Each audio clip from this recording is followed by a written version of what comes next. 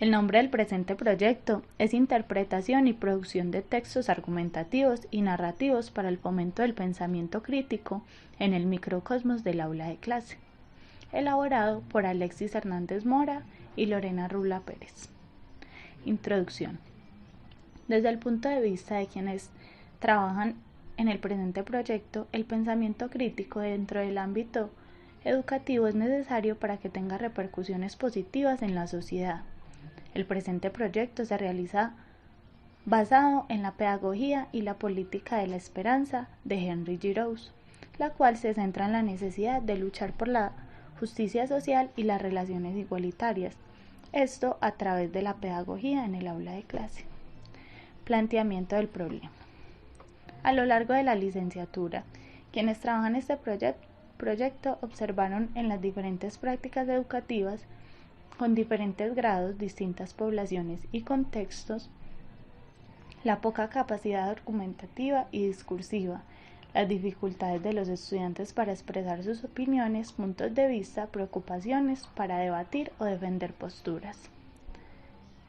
La pregunta de investigación para el proyecto es: ¿cómo la experiencia de lectura y escritura de textos argumentativos y narrativos contribuyen al desarrollo del pensamiento crítico dentro del microcosmos educativo?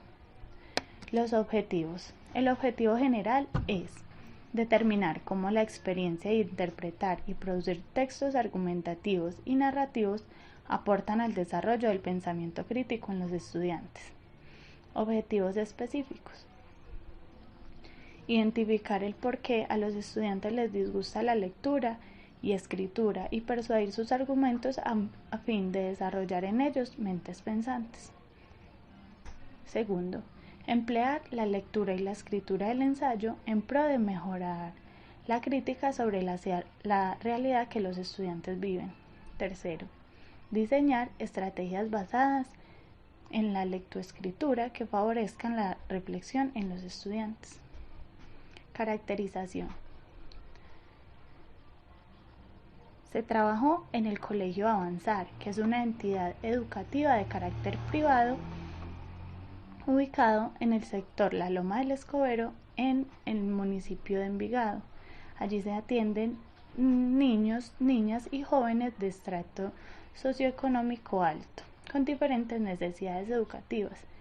El proyecto se realizó con estudiantes de bachillerato, sexto y octavo. Dentro de los antecedentes, en el rastreo de información de antecedentes a nivel local, se tuvo en cuenta el documento Potencializadores del Pensamiento Crítico a través de la contextualización de fenómenos de dilatación térmica, realizado por Johan Ricardo Grisales Ramírez en el año 2019 en la ciudad de Medellín. En el rastreo de información en el ámbito nacional se tomó como referencia el documento Las prácticas de gestión que promueven el desarrollo de pensamiento crítico, realizado por Jorge Hernán Uribe y Paola Camargo en el año 2016, Bogotá, Colombia.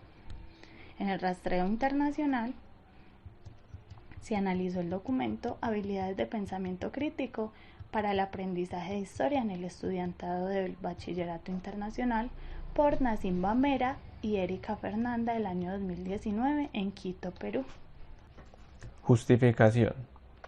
Desde la perspectiva educativa es importante nombrar que tanto los estándares básicos de competencias como los derechos básicos de aprendizaje de lengua castellana para los diferentes niveles de la educación en Colombia apuntan al mismo objetivo: que los estudiantes, a partir de acciones como comparar, identificar, establecer relaciones, interpretar o producir, desarrollen pensamiento reflexivo.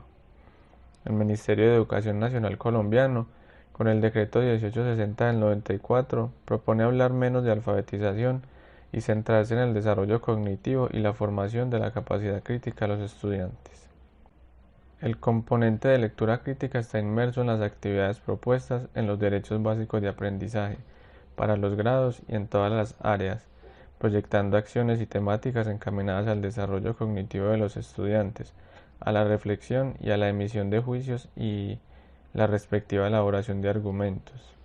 Según las pruebas Saber, Los estudiantes tienen dificultad para relacionar el texto leído con otros semejantes y para concluir y sacar la enseñanza explícita en el texto, siendo la desmotivación hacia la lectura la principal dificultad. Además, que se privilegia la comprensión literal y no la inferencial y crítica del texto. Marco conceptual. Pensamiento crítico. Para Ennis, es un proceso cognitivo complejo que implica disposiciones y capacidades con 3 dimensiones básicas: la lógica, como juzgar, relacionar palabras con enunciados; la criterial, utilización de opiniones para juzgar enunciados; y la pragmática, comprensión del juicio y la decisión para construir y transformar el entorno.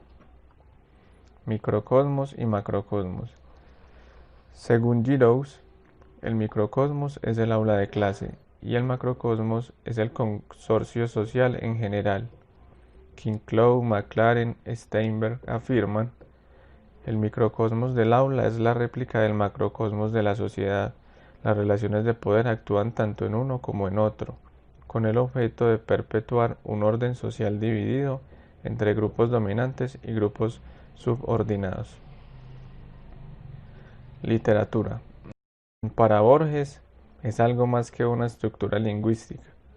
Es el pensamiento que logra plasmarse en la palabra. Es la intención del autor.